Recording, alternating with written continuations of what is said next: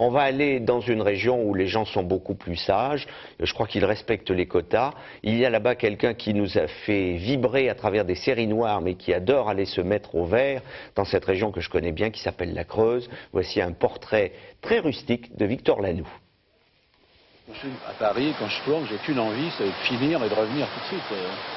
J'ai quelquefois, je finis mon film le vendredi à 18h, à 18h10 je suis dans ma voiture et à 4 heures plus tard je suis ici.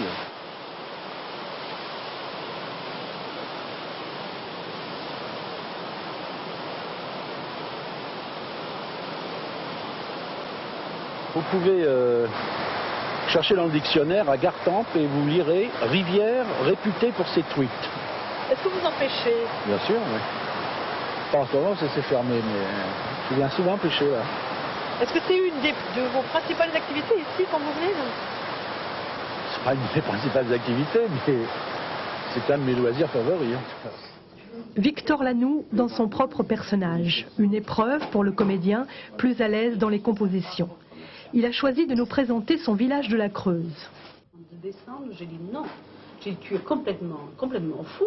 Tu t'imagines cette ruine-là, le temps qu'il nous faut pour réparer ça? Heureusement qu'il y a toujours une petite part de folie avant de s'installer dans un trou comme ça. On vient, travailler, voilà, qui viennent travailler, puis les gens passage, qui viennent d'ailleurs, le passage, quoi. les gens qui viennent de Guéret, on en a parlé. Oui, c'est sûr. Le passage est doux. Ça va?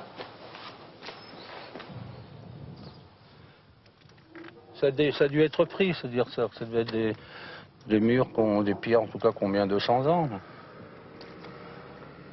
On voit bien d'ailleurs comment il est fait. Il n'y a pas moins de ciment. Les maçons creusois.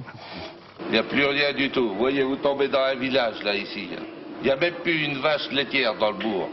Ce village avait jusqu'à 500 habitants il y a 50 ans.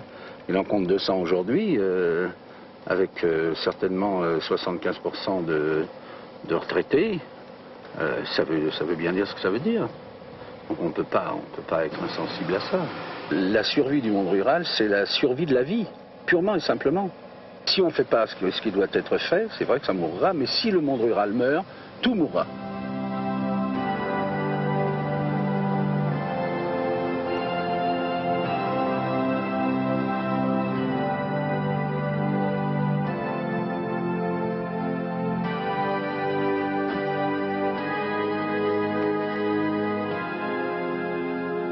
J'ai bien pensé à vous.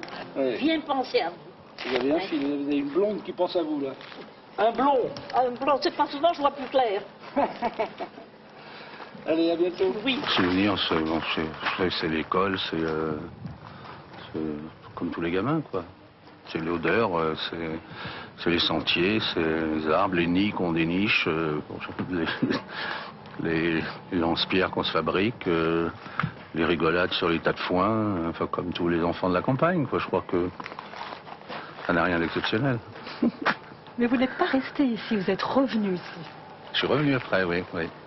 J'ai été placé ici par l'assistance publique et je suis revenu après.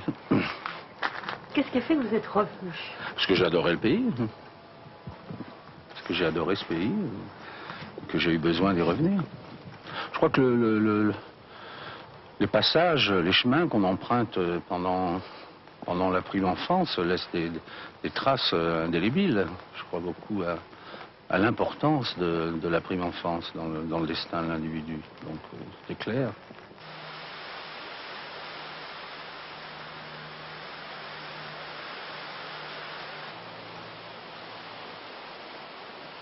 Cette région, j'ai tout fait pour elle.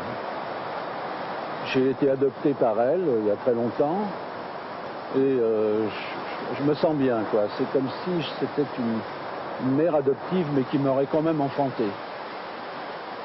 Et puis aussi parce qu'en dehors de sa beauté, c'est un pays de vérité. C'est-à-dire que c'est un pays pauvre.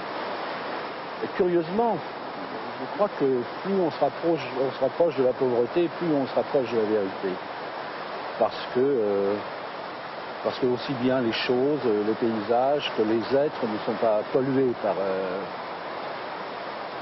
l'argent, par l'intérêt. Puis les hommes sont vrais. C'est-à-dire que mes amis ici sont pour la plupart des paysans ou des paysans retraités ou, qui parlent vrai. J'aime bien le parler vrai.